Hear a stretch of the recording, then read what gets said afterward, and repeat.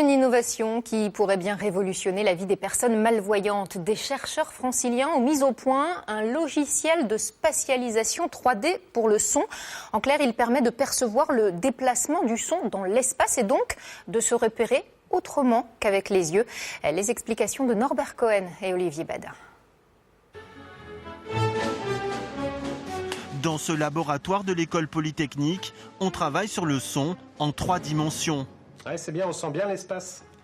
Devant, derrière, à droite, à gauche, au-dessus, en dessous, la réalité sonore est ici augmentée. Donc notre travail, en fait, c'est de prendre les enregistrements sonores qui ont été donc enregistrés une bonne fois pour toutes et de les modifier, de faire du traitement du signal sur ces enregistrements sonores pour que vous puissiez les entendre en 3 dimensions, que vous puissiez les entendre dans l'espace avec un simple casque. Lorsque le son arrive aux oreilles, il est déformé par le trajet acoustique entre la source sonore et le tympan. Comme une empreinte digitale, cette déformation est propre à chacun. Aujourd'hui, c'est des déformations qui sont mesurées en laboratoire, essentiellement, mais dans des systèmes qui sont très complexes. Nous, la démarche, c'est de remplacer cette expérience par de la modélisation, du calcul. Donc, beaucoup plus simple, finalement, vu qu'il suffit de lancer un ordinateur, tourner toute la nuit pour avoir le son qui vous correspondra. Et puis maintenant, je t'installe le casque avec les capteurs de position.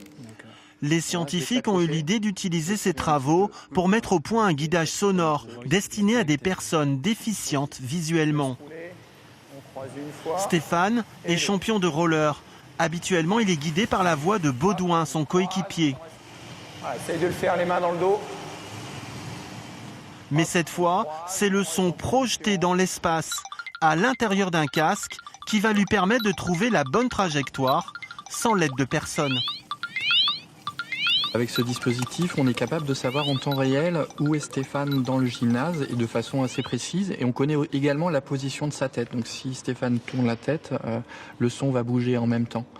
Et donc on donne l'illusion qu'il y a une source sonore devant Stéphane et on tient compte de sa position dans le gymnase pour lui faire suivre un parcours qui a été prédéfini. Moi je suis très content parce que si un jour l'objectif ça serait de pouvoir le mettre en place sur la piste de roller sur laquelle on s'entraîne toutes les semaines, ce serait de pouvoir faire un tour de piste, ou plusieurs, en toute autonomie, sans l'aide de personne. À moyen terme, les chercheurs espèrent permettre à des personnes porteuses d'un handicap comme Stéphane de retrouver le chemin de la salle des sports.